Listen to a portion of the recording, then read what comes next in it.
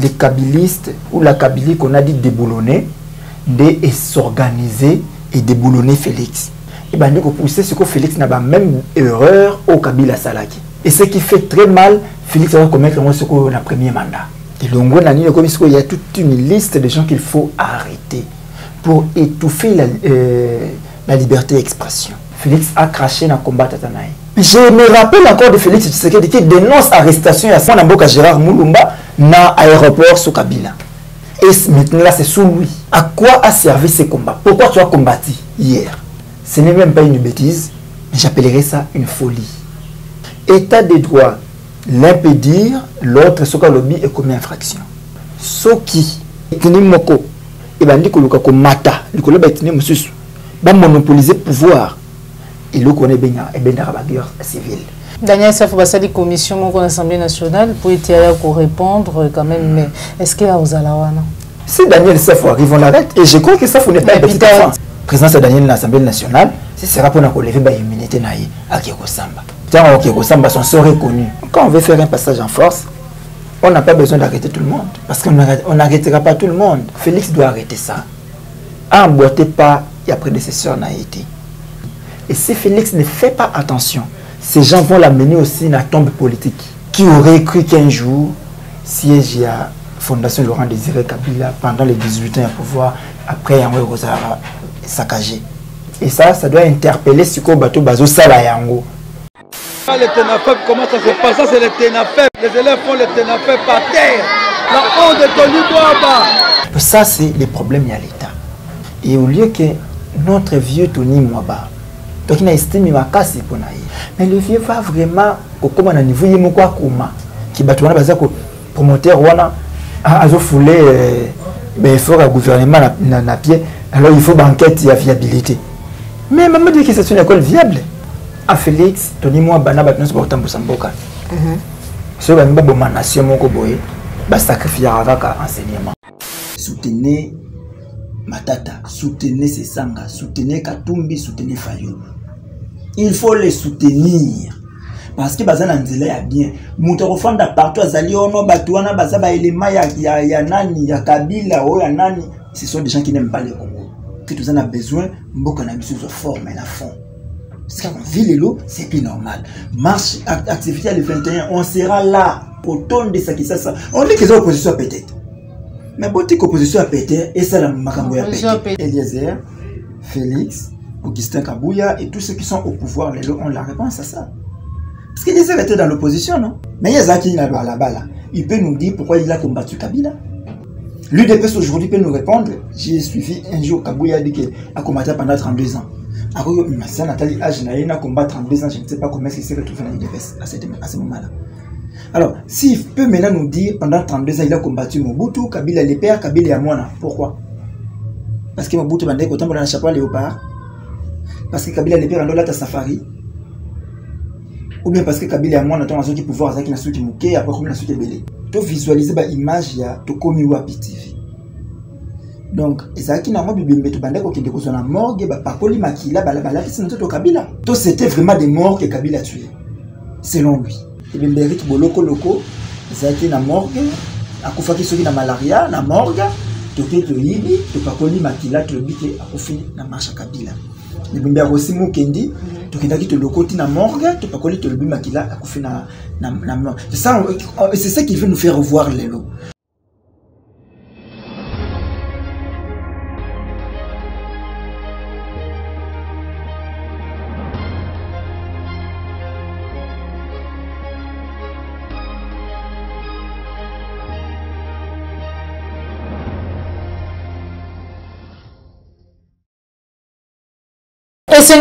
Vous allez applique la télévision, émission vérité de tous côtés. Merci encore une fois de plus la fidélité et la confiance vous allez renouveler dans la chambre de vérité. Voilà pourquoi Mukolo Mwalelo tous allez nesengo ya ko yamba pona bino mwana mboka Zaïro Congolais Mustapha Azali bongo porte-parole ya Congo normal Azali ko kamabongo na mwana mboka Niko Maingele et longo na ye ndetu ko sola mimi matali mboka mboka na biso République démocratique du Congo.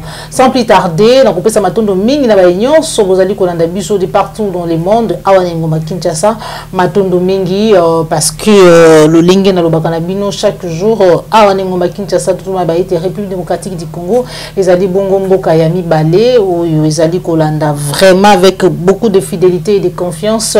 Plus clair télévision, la chaîne de vérité. Merci na papa la yombe ozwami bongo aussi ma caméra. Merci na cordo puis ma fuku puis na Joël Gonago, chasseur d'images.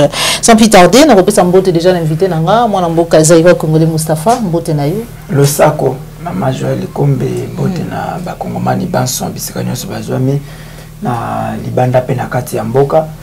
Et surtout na bakongomani batuna yenga ke ça ezali tango molayi to monanité les cambonini tozali tozana mboka ya makambo belé tozana mboka ya bitumba makasi là quand on veut militer ou bien lutter na Congo on a garder moi na benga yango crédibilité ya yo d'abord na bomoto boyo oteka yango te il te faut mingi il te faut vraiment mingi sinon comme objet il y a utilisation à bateau. On va t'utiliser quand ils ont besoin de toi. Ok. Voilà, donc ça, il faut avoir qui a bon, la monanité na kende ko luka kwanga, de ya mona mona nagete. De cela mona nagete na kende ko luka kwanga. Matondo mingi mwana mboka Zaïwa Congolais mikolo soki mona na kite seke akende ko luka kwanga. Au-delà ya komba. Non, c'est-à-dire que moni tant to ya na komba, to photo lia. Follow moi ce que vous avez que faut à transport non to kuta na bureau na ni no plateau za na Willery vous follow moi côté vous na longa côté comme na Willery beaucoup na beau passer émission donc il faut avoir moyen pour se déplacer alors pour avoir ces moyens pour se déplacer on peut pas seulement quoi attendre qu'il y a de couper la routine de langa de compter la routine de langa là on comme dépendant et quand on devient dépendant on comme le Laurent Désiré Kabila qui disait qu'il y a un combat et Robengana Mobutu mettait la combat et Robengana Mobutu bisque le mabiso. Siège na ya fondation Laurent Désiré Kabila qui a attaqué lobby. Qu'est-ce qui s'est passé il y a un qui a ni tout monde qui a une image le lingen ni gardien zala qui apparemment dogué mais noté ici. Donc on a dit qu'on a en base à Mabitu. Ils ont vraiment essayé de saccager vraiment. Donc pour éviter de laisser nos empreintes aussi, donc on évite de toucher ces histoires. Nous sommes limités par là.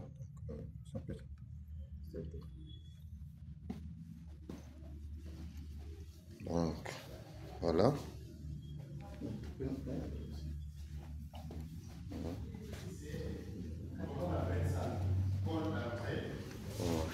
Donc vous voyez. On continue ici, donc vous voyez comment ils ont laissé le portrait d'ici. Donc la série Riot et Pomo là.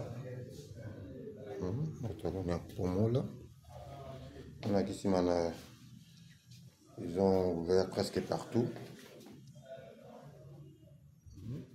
Ils ont ouvert les armoires, les tiroirs.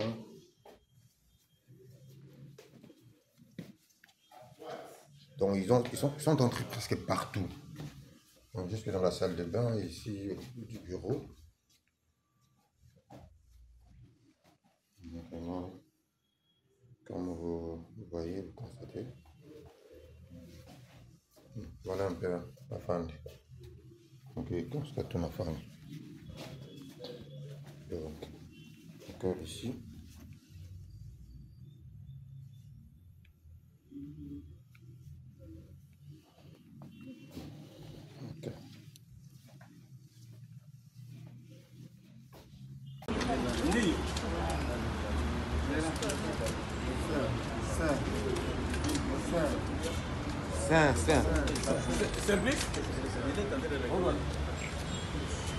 Simplice.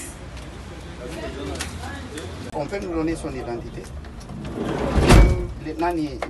Réaction na yo face na Maïwana. Bon, tant on a Monica et l'autre bon on a mis le béliga que Osaka makasi mikonyo sauté. On cause à makasi le loup pour que le bio comme faible. On cause à la makasi le loup pour que le bio comme moins fort. Qui aurait cru qu'un jour siège à Fondation Laurent Désiré Kabila pendant les 18 ans à pouvoir après il y a saccagé. On savait qu'il y a une bille à Zalaka, sécurité Zali, mais là on a compris qu'il n'y a plus rien là-bas.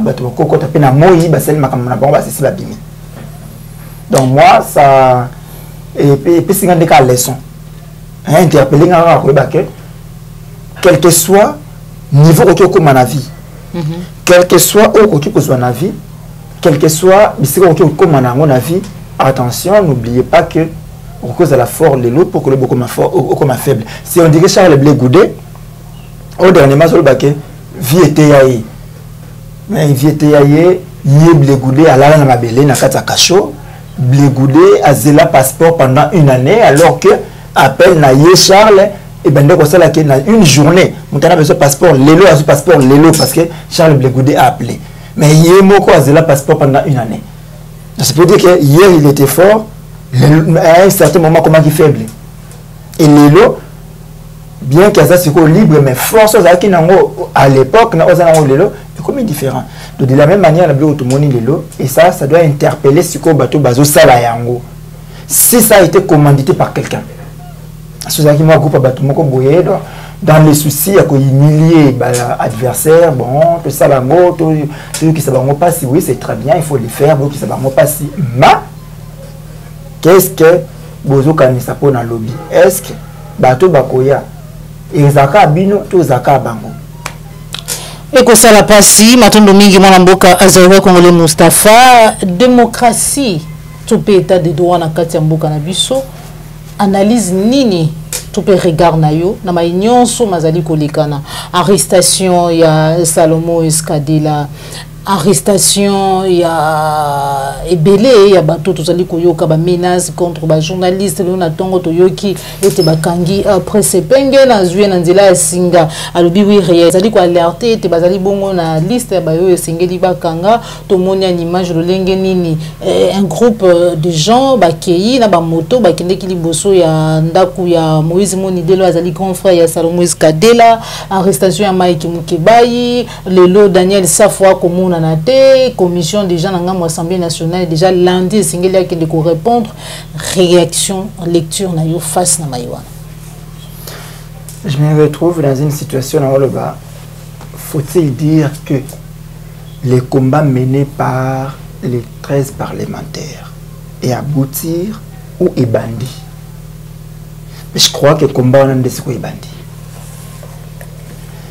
Parce que hier, on espérait que la Viona, ce qui a commis, idéologie, ce qui a commis quelque part, ça va changer. Mais l'autre, je donne raison à Tshisekedi. À un certain moment, un état de droit, c'est un état où tout le monde respecte les textes. Il y a des textes et vous respectez les textes. Lorsque vous respectez les textes, alors on ne peut plus parler d'un état de droit, on doit parler d'une jungle. Et lorsque nous sommes dans la jungle, Far West, les plus forts vont dominer les plus faibles. Et lorsque tu communes à l'État, les plus forts, les plus faibles, nous avons toujours, nous devenons une république bananière. Et dans une république bananière, le gouvernement n'existe pas. Et là, je me demande, au bazar s'est déclaré jusqu'aujourd'hui membre de l'UDPS, quand ils voient ce qui se passe, Batali combat bango babunda ki lobby entre guillemets, ils sont fiers. Il y a makambozo le sous-bango. Moi je crois que les kabylistes ou la Kabylie qu'on a dit déboulonner, de s'organiser et déboulonner Félix. Et juste ce que Félix n'a qu'à tirer otage, et ben nous pousser ce que Félix n'a pas même erreur au Kabila Salaki. Et ce qui fait très mal, Félix va commettre ce qu'on a premier mandat. Quand on a premier mandat, déjà, on doit commettre une erreur.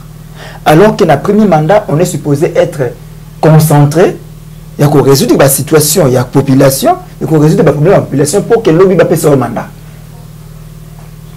Na bandi na makambo ya ba arrestation d'ailleurs que tu fais comme na ba arrestation na bandi na ba répression ya ba marche. J'ai vu les images il y a les 20 mai, il y a les 20 avril. Pardon, c'est le 20 mai, pardon. Les 20 mai 2020, 23. C'était trop grave. Même sous Kabila, le premier mandat, on n'a pas vécu ça.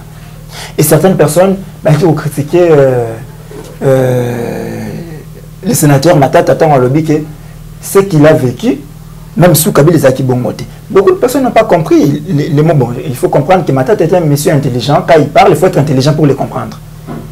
Ouais. Donc, ce qui a dit Loba, il faut être vraiment intelligent pour comprendre. Quand il dit sous Kabila, les Akibongote, qui peut nous montrer une seule image? Il y a répression à marche, il y a répression à activité, il y a opposition, une répression sanglante de 2007, disons janvier 2007, et en décembre 2010. Et c'est parce qu'il était concentré, dans ma Kambuna Bangoya, sur la 5 chantiers, voilà. Parce qu'il est concentré dans 5 chantiers, ils étaient dans ça. Et nous, c'est tout Simba côté, les Simbité, tout ça côté, Simbité, il faut arrêter les opposants. Tout évoluer, Mouké. Non, opposition, les a pété. Ok. Nous avons sitting devant la CENI. Il faut barricader des routes. Bandeler baby, parce que l'opposition veut manifester. Ça montre que l'opposition n'est pas pété, l'opposition est forte. Et évoluer. Il y a toute une liste de gens qu'il faut arrêter pour étouffer la liberté d'expression. Je ne peux pas, en un seul moment, imaginer sous Félix Tshisekedi, mon Étienne Tshisekedi n'a pouvoir. Et quand on voit ça, c'est que tous les Azozoua, ils ont cotaté, ils sont imbités. Il a quitté, les jours où il a prêté serment qu'il a craché dans tombeau, il a craché dans combat papa n'a été, mais avec ces éléments, ça prouve carrément que Félix a craché dans combat Tatanaï. Félix Tshisekedi, président de la République, bazotombo la batu de bakangi batuna linyo, de bakangi Salomon Escadé là na aéroport. Je me rappelle encore de Félix Tshisekedi qui dénonce l'arrestation à Salomon, il y a mon amboka Gérard Moulumba na aéroport sous Kabila. Et maintenant là c'est sous lui. On amène Salomon Bissika Bamemie plus de 3 jours. Il n'est pas devant son juge naturel. Tout en violant la constitution congolaise. Ça c'est sous Félix. Là nous sommes état de droit, respect à texte, dans état de droit auto-vivre les lots. Félix Tshisekedi au pouvoir, pour l'état de droit, avocat, c'est constitutionnel. Moto Bakangi, azana devoir, azana droit, pardon, il y a en contact na conseil na yeto na famille na ye, c'est un droit. Et avocat na ye, bakoki ko banda ko assister banda la première interpellation, tim ko la kokoma na interpellation na ko samba ya suka. Audition. Mais même devant les services de sécurité, un homme peut être assisté par ses avocats. Et c'est ce que nous appelons état de droit sous Félix. Et les gens vont dire, non, mais c'est peut-être un bunda qui passe. Moi, je ne peux pas combattre quelque chose de l'élo pour que l'obina salango. À quoi a servi ces combats? Pourquoi tu as combattu hier? Tu as combattu pour que Makambo combattre les lobby et sa société. C'est ça l'objectif du combat. Que les autres ont dénoncé gabegie financière, les autres ont dénoncé le Koboye. Ceux qui ont commis place, on ne peut plus se retrouver dans la carte de la même chose. Pour que tout le monde paye, non, mais c'est peut-être Bundaki. Mais si tu t'es battu, c'est pour que les autres aient la société. Moi, je ne crois pas que De Gaulle peut se réveiller les lots. À côté de la France occupée, alors bon, mais c'est peut-être Bundaki peut chasser occupation. Alors, il ne peut pas chasser occupation. Ça lui fera mal. Parce que s'il s'est battu pour que France a se débarrassé de l'occupation allemande, c'est parce qu'il ne voulait pas voir les France occupées. Mais les lots où il y a des ça, ce n'est même pas une bêtise, mais j'appellerais ça une folie. État de droit, l'impédir, l'autre, ce qu'on lobby est commis infraction. Je viens à ma cambouya tribalisme. Moi, j'ai une mère Loba. j'ai un père né Congo. Donc, étant des gens de Naza, n'a aucun ndimaté que Nazala pour ou autre tribu moko bonaka tamboka o. Parce que dites-moi, Naza Mounouba, tout Naza Congo. Donc Naza Congolais. C'est que le Congo doit exister. Et le Congo doit rester un et indivisible. Mais ce que nous devons faire, entre les peuples, nous devons nous respecter. Alpha Blondy a une fois chanté, dans Kati Mboka Moko, Soki, ethnie Moko, et bien dit que le mata, le coloba ethnie Moussus, va monopoliser le pouvoir. Et le connaît bien, et bien dans la guerre civile. Alpha Blondy, guerre civile. Qu'est-ce qui s'y passe? Félix Tshisekedi devient président de la République. Une dame vous fait une vidéo pour voir na biso baluba. Sokoza Mouluba te, kanga monokonayo. À la présidence. Vidéo est tambola. La femme est encore allée très loin, jusqu'à insulter nos mamans de l'Est. Alors, c'est de quoi Est, surtout binoko tu bato Est, boka maminoko na bino ba maman na bino ba viola bango. Boboto makana ba problème na mitu pour ba maman na bino ba viola bango. Quand quelqu'un dit ça, comme elle est à l'obiango, pas contre Batou Moussousou, à l'obiango contre Bandeko Moussousou, c'est normal, ça doit passer. Boutikaye, Yasa Kimia. Il faut ça d'ailleurs pour un sillage à chef. Mais quand quelqu'un dit Batouana Basali Mabe comme il je tombe sur une vidéo de Komoko à UDPS qui dit Balouba Bazana Bazonuka pouvoir, Bazana pouvoir, mais Bazan Bangonde pouvoir. Balouba dominera sur toutes les ethnies. Mais comme on dit ça, donc Galilo Bonaye, Naïb Satatan la mission que non. Biso na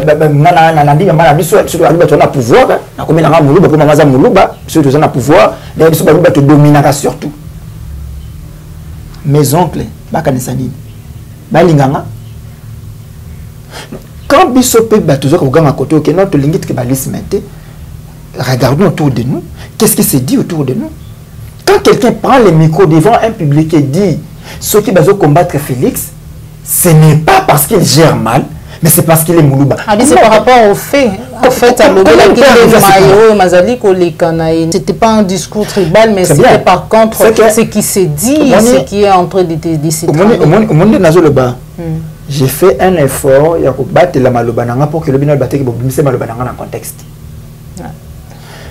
Pourquoi vous prenez des micros, vous dites de n'importe quoi, après vous battez Malobananga, vous changez en contexte? Non. C'est dans ce contexte-là de l'Obelaka. Imaginez, ceux qui ont combattre, c'est pas parce que ça bouille pour la bouille. Moi, je suis Naruto Kolobangwa, ma mère est de l'Omami. Mais, Natikali ko soutenir Félix c'était depuis 2019, mais depuis quand Malobana le barak alternance oyo, Mokologa remerciera Kabila. Au Liban, on a remercié le peuple congolais. C'est ce jour-là que j'ai désolidarisé Tilelo. Et j'ai dit que Félix sera plus redevable à Kabila qu'au Congolais. Et c'est ça qu'on voit là. Daniel Safou Bassali, commission de l'Assemblée nationale, pour répondre quand même, mais est-ce qu'il y a aux Alawana? Quand c'est ça, non, il ne peut même pas venir.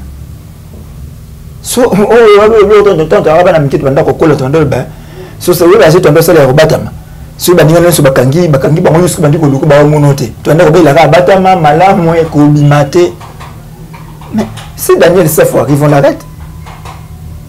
Et je crois que ça n'est pas petit les autres demandent que c'est Amibi Missa Bandeko bazali ko komelanga maman Joël Kombe bolo bana Daniel Safou bisika azali abima za mobali abunda kwa mobali. Arrêtez ça. Arrêtez ça. Certes, je ne soutiens pas les propos séparatistes. Je ne soutiens pas, mais ce que je sais, ce Moutangi à combattre, il faut aller en liberté et en bonne santé. Le lot Kabundi en prison, le combat Kabundi, Azala Soussa aux un combat terrain, Azala Soussa aux Makamobélé dans le terrain, mais il ne peut pas le faire parce qu'il est en prison. Certaines personnes disent, le lot boué, nous avons alerte, nous avons alerté de Salomo, nous avons alerté pour la Makama de Salomo, nos états de santé et autres, tout ça. Son frère d'ailleurs avait déjà, dès les premiers jours, appelé Laki Makambuken, Bazou Lukaba empoisonné. Ça, c'est ce que nous avons lu dans le réseau. Quand vous voulez que cet homme sorte, vous avez physique na yete, vous avez parce que tout le monde ne sait pas. Vous avez le bas en habité, vous avez le bas qui est dans la cobimate, vous avez Daniel Abimi. Vous avez conscience na ça là, il sait. Président de Daniel de l'Assemblée nationale, ce sera pour nous lever l'immunité à Kieko Samba. Et tant que Kieko Samba son sort reconnu, il sera arrêté. Plusieurs personnes recherchées, Patrick Lukala, comment on a été, presse PNGP ciblé. Qu'est-ce qui se passe? Où allons-nous? C'est que ce qui se passe actuellement, selon analyse Nanga, Félix veut un passage en force. Bon, quand on veut faire un passage en force, on n'a pas besoin d'arrêter tout le monde. Parce qu'on n'arrêtera pas tout le monde. Quelqu'un a déjà dit une fois, il y a milliers de Lumumba. Il y a beaucoup de Lumumba, beaucoup de jeunes qui se réclament lumumbistes. Beaucoup de jeunes qui se réclament lumumbistes. Félix doit arrêter ça. Emboîtez pas, il y a prédécesseur n'a été. Emboîtez pas, il y a prédécesseur n'a été. Parce que prédécesseur n'a été, peut-être il a eu la chance, il y a côté Kalamboka, parce que Félix est là. Parce qu'à un certain moment, il s'est racheté, il dit, dans un candidat, peut-être qu'à un certain moment, parce que comme il n'a point. Mais ce qui a continué, qui n'a schéma, qui sont ces gens? Les Mbossou, les Bati, les Lumanou, les Bochab, ils ont conduit. Les Mbossou ont amené Mobutu à la tombe. Bazongi. Bameni Kabila à la tombe politique. Bazongi. Et si Félix ne fait pas attention, ces gens vont l'amener aussi dans la tombe politique.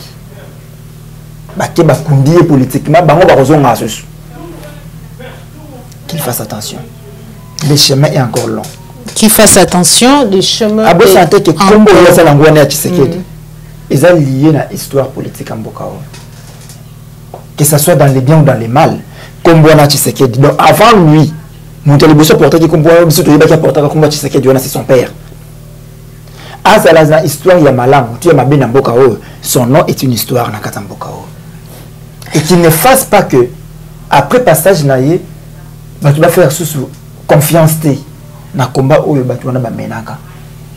Merci beaucoup mon Namboka Zaïrois congolais. Bana ya 6e primaire, basala qui examen autobengi tenafep. Tout le monde a une image, bana ya école Mama Diake Sena Delvaux. Bafandi na mabele, qu'est-ce qui s'est passé? Et puis réaction par rapport à la réaction il y a ministre et enseignement à Tony Mwaba Mekasi Yamboto pesa Maluba Cordo puis Mafuko pesa biso image, on se retrouve tout à l'heure. Regarde les TENAFEP, comment ça se passe? Ça c'est les TENAFEP. Les élèves font les TENAFEP par terre. Les élèves font les TENAFEP par terre. C'est la honte. C'est la honte à la RDC, c'est la honte. Les élèves font le TENAFEP par terre. C'est la honte. Regarde la honte de Tony Mwaba. La honte de Tony Mwaba. Les élèves font l'examen en dehors. Quand on disait que la gratuité a été mal préparée, on nous a insultés. On nous a dit tous les mots de la gratuité enseignement.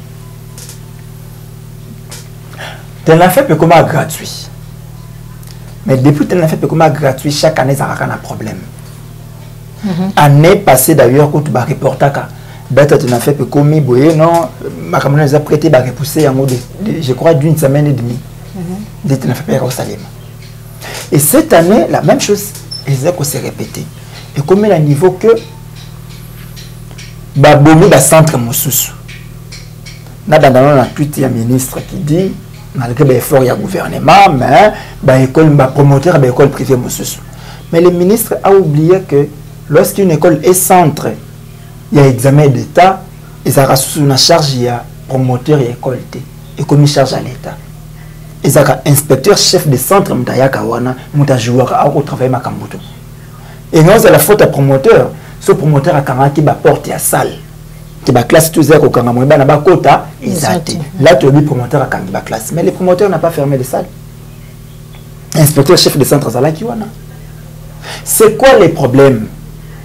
Gouvernement lobby n'a pas gestionnaire, il y a des écoles, l'État a un bon côté, il y a un foutre bas surveillant. Alors, il faut que boum à centre mususu. Exemple, tu y a province éducationnelle, il y a Lukunga. Tu y a sous-division, il y a Kitambo 1. Dans le Kitambo, beaucoup de temps, il y a 4 centres. 4 centres, on est Koufi, Mibale, et Tralika, Mibale.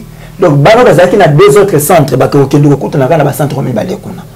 Or, centre, il y a au moins 500 élèves, sous basé Belé Makas, 400 quelques, 500. Parce que bien besoin, vous bâtissez nombre de bandes dans le centre moko, vous diminuez le nombre de surveillants. Mais qu'est-ce qu'on a école où il y a la vidéo est là, maman dit que c'est na Delvaux. C'est parmi les grandes écoles, c'est parmi les écoles qui ont fait les noms na Delvaux. Sur comme le terrain Delvaux, maman dit que ces écoles il y a Kala. Maintenant ça va être le terrain Delvaux bien que le maman dit que alors, la contrée, on a besoin d'engager 2. Les besoin compter au moins 5000 élèves. Plus ou moins 5000 élèves finalistes de la primaire. Sur les 5000 élèves, il y a 4 centres. Donc en moyenne, il faut avoir 1250 élèves par centre. Si on a 4 centres, on a 1250 élèves, vous avez un chef de centre, OPJ, adjoint à 8 surveillants. Donc il faut 8 surveillants pour là-bas surveiller 1250 élèves. Sur ce qui est moyen à 1200 d'abord. Ce qui est 1200 élèves, na 8 surveillants, c'est qu'un surveillant doit avoir, na contrainte de surveiller 150 élèves. Alors vous pouvez salle où supporter 150 élèves. Pour beaucoup de surveillants, on a qui vont surveiller. Voilà, c'est comme on a dit que place à retirer bana isate parce que bana baleki est belé parce que retrouver na c'est à même le sol na ba couloir nous on va rebeller là que bana monsieur na ba couloir oui bana na ba couloir au lieu que na salle moi isate. Donc ça c'est les problèmes à l'état et au lieu que notre vieux Tony Mwaba donc il a estimé ma casse pour naïe moi le bloc comme ça avec l'équipe bateau ni ata motu no beti kaka ko le bateau wangani na ko le belo côté na ko le basima c'est peut makambosi le belo côté mais le vieux va vraiment comme na niveau yemo kwa kuma ki bateau wana baza ko promoteur wana azo foulé ben fort à gouvernement na pied alors il faut banquette ya viabilité mais maman dit que c'est une école viable il y a les autres c'est une école je crois c'est pas les années 80 90. Donc, si vous avez un métier, vous avez un métier, tout le monde est école. Et à Delvaux, il y avait beaucoup comme école privée. Il y a même un de qui c'est. Une école privée comme c'est une école privée à bien, même de qui c'est. Et c'est vers les années 90. C'est le long de beaucoup ça l'inspection viabilité. Maintenant, mwana mboka Zaïba Kongole Moustapha na ngambo ya bayi politique 4 leaders bazali kubonga mapona marche le 21 juin mais yambo ba kende na marche meeting ezali bongo na date ya le 17 na Sainte-Thérèse mais kasi au même moment toyoki député national ou azala ki lobi bongo journaliste proche vraiment ya peuple mibenga ki mwana kololo pango proche ya bayi opposition. Atadisi etazali ko comprendre te lelo combat penza ya opposition surtout asili ko alerter tope ko senga na gouvernement ba protéger ba morgue no quitter ba opposition actuelle ba kende ko banda ko zobi bembe ba pakola ngo makila pour ba brandir na communauté internationale et Félix Tshisekedi azali ko bomba ba congolais réaction na yo d'abord par rapport na marche meeting et puis ma Eliezer Ntambwa lobi. Le on a mis cette en rose, on attend un moquet. Maintenant, c'est qu'il a raté Tony Moba message mon moquet. À Félix, Tony Moba n'a pas de pour Samboka. Sur la nation mon coboy, bah sacrifier à enseignement. Quand on veut détruire, bah bon renseignement, bah ma réplication. Le Rwanda autre le Rwanda nous menace, Rwanda ennemi, Rwanda tout. Aujourd'hui, vous partez au Rwanda, système éducatif n'a pas réformer en mode genre jusqu'au comme c'est un niveau où ça va que Rwanda ya mouné n'était pas na biso. quand eux sont déjà là, bana na bango ba autant na idée qu'il faut reboter le mabele na biso mabele na bango Congo biso to soit toujours na ba fertilité et rebelle la quantité enseignement na genre ya éducation à boy. Alors allant na makambo yo koleka na bandi na meeting ya opposition, c'est normal. L'opposition doit faire son travail. L'opposition doit alerter les Congolais de manière à ce qu'en 2023 la maponomie congolaise a voté de manière responsable. Parce que vivre calvaire Oyo pendant 10 ans, le Congo va disparaître. Donc, pour que les Congolais ne disparaissent pas, l'opposition doit continuer. Les 4 leaders qui sont dans l'opposition doivent continuer là-bas au Kenya. Voilà pourquoi j'ai dit et j'appelle tout le monde à soutenir Bango. Soutenez Matata, soutenez Sesanga, soutenez Katumbi, soutenez Fayou. Il faut les soutenir. Parce que bazana nzela ya bien. Muto kofanda partout azali ono batuana bazaba elema ya nani ya Kabila ou ya nani, ce sont des gens qui n'aiment pas le Congo. Ah bon? Si quelqu'un a tiré sur un de ces 4 là, il n'aime pas le Congo. Je suis clair dans ma campagne sur l'autre. Bon la minute ata matata zo moi sinanga. Hein? Ata matata zo moi sinanga na mona penake moi si ona matata bala azwa na tana ndako na ya moi sinanga. Italinga ide na soutenir matata. Ata ba bisinga ki ono moni Katumbi ye mtaboma mama na bino. Italinga ide na soutenir Katumbi. Ata ba bisinga ki moni Fayulu wana yene mutu abomaka ba libota na union so italinga ide na soutenir ye. C'est Sanga, on va les soutenir jusqu'au bout parce que tout ça a besoin mboka na biso so forme na fond. Parce qu'on vit les lots, c'est plus normal. Marche activité le 21, on sera là. Le 21 juin, tout retourne de ça qui ça. On dit que c'est l'opposition peut-être. Mais bon, tu opposition à péter et ça la makambo ya péter. Pourquoi vous les empêchez? Pour multiplier l'action, pour créer chaos et violence. Ça non. L'opposition, quand est-ce que la manifestation va venir comme violente? Lorsque Bilo voit une violence. Quand les citoyens Katumbi veulent entrer dans le Congo central, pourquoi la question Bilo veut que dans le Congo central? Mais bon, tu quand dans le Congo central, là il va que mana yaki na tambola ki baya moto pamba na balabala. Mais il y a quand dans le Congo central te bozole lani. Citoyen matata na kati a komi na Kenge Bokangi Sal. Aïe conférence na ba étudiant. Bokangi Sal parce qu'il va dégager l'intelligence et na wana ba comprendre makambo ya ko dégager kuna a rebarouti ya bino à côté. Aïe na kikuti yo aza personne non grata. A côté na kikuti te. Vous voyez, vous sentez ce que Bokomi, vous sentez que la peur maintenant a changé de camp. Donc entre opposition à pété n'a pouvoir à péter, à vous de voir. Est-ce que maintenant il va péter sur l'opposition ou le pouvoir? Moi je sens déjà que l'opposition est très forte parce que ce qui opposition à Kosoli Kaka, c'est la ville qui est paralysée. Na comprenant qu'il y a un jeudi à Sitini na Seni. Bah ça lui marche bah Nosaki, il y a les 20 et les gars qui dengue les kanaki, bah le bec est jeudi to na Seni. Seni comme pourquoi ta ville comme il faut sa carte de service. La ville était paralysée. Et certaines personnes, oh non, Babili Mouké, mais Babili Mbélé n'est pas la ville de Bakotade. Baouya Nengeni. Mais moi, Bakotade n'a fait les alités parce que la ville était fermée.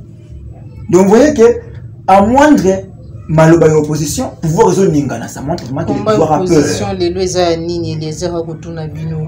Est-ce que Zali pour Félix Akoulia Foufou, Akoulia Mboato, vraiment Bozali na Kamoupenza, Yamoutuyo, Bozali pour Boudissa Fézi. Je pense que Eliezer, Félix, Augustin Kabouya et tous ceux qui sont au pouvoir, les ont la réponse à ça.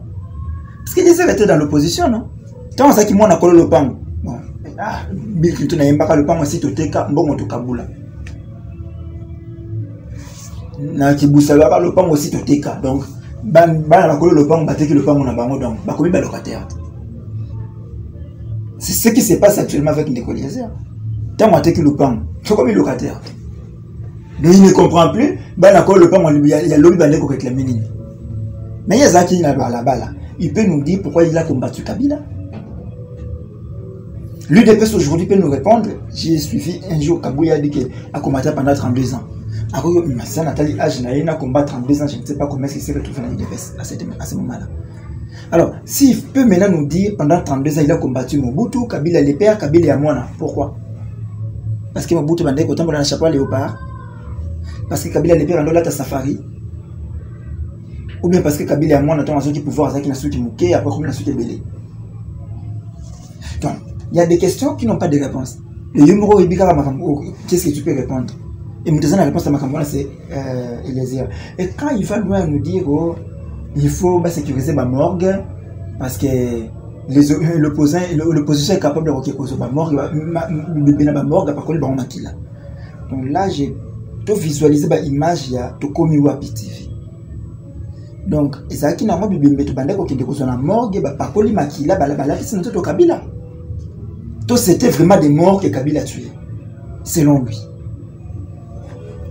Merci beaucoup mwana mboka Zaïwa Congolais Moustapha pour na koyanula na mituna na biso wana ezali mbongo mutuna wa mwana mboka Zaïwa Congolais a proposé Eliezer to komi wapi les images nyonso zalaki ko dénoncer lobby na tango Kabila est-ce que zalaki lo lenge wana zalaki na mbi le lobby que non opposition a roké ko yiba bébé la morgue ba pakoli makila donc mona baka tant mutazo lo bali kambo moko boyi lelo c'est qui ça makambo to ça qui lobby d'accord.